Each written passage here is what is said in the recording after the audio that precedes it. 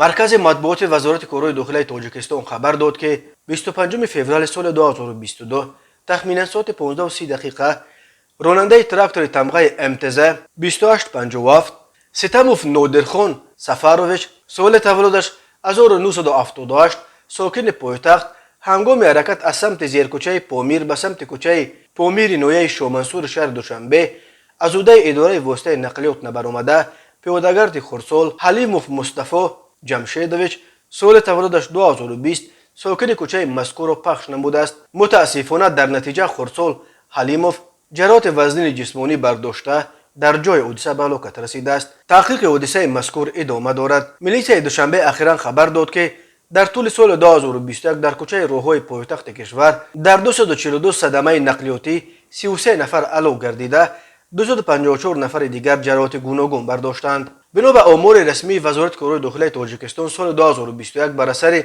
1102 صدمه نقلیاتی در راههای این کشور 395 نفر به هلاکت رسیده 1218 نفر جراحت جسمانی برداشتند. متاسفانه دهها تن از قربانیان این صدمه ها کودکانند.